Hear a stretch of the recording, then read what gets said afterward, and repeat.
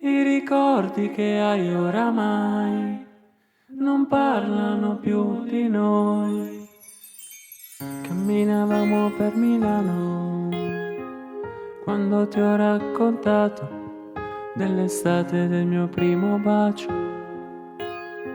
della ragazza a cui l'ho dato e di quel che è successo dopo, dell'incidente del mio braccio ingessato, di quel film noleggiato.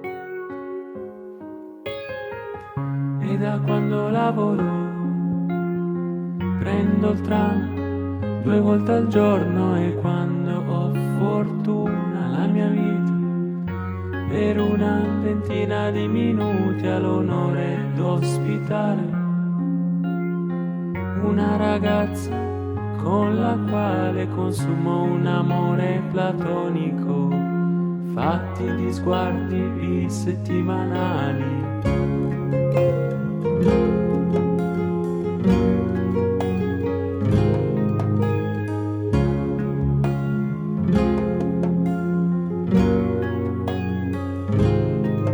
I ricordi che hai oramai non parlano più di noi, non sanno più niente di noi.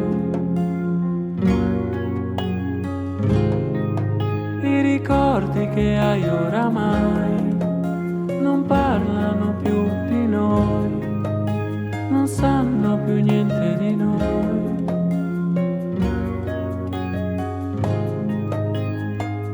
Era bello passare l'estate insieme a te su al lago, col tramonto appoggiato sul tuo naso, in equilibrio precario.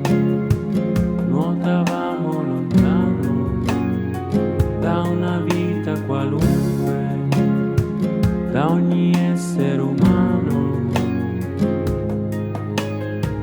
Un giorno che parlavamo, seduti stanchi sul divano, mi hai chiesto quanto un uomo può scavarsi dentro prima di farsi male, se le canzoni d'amore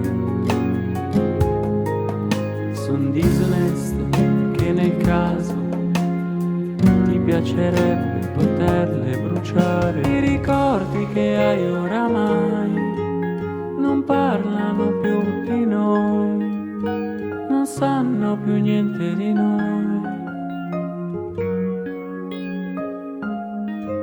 I ricordi che hai oramai non parlano più di noi, non sanno più niente di noi.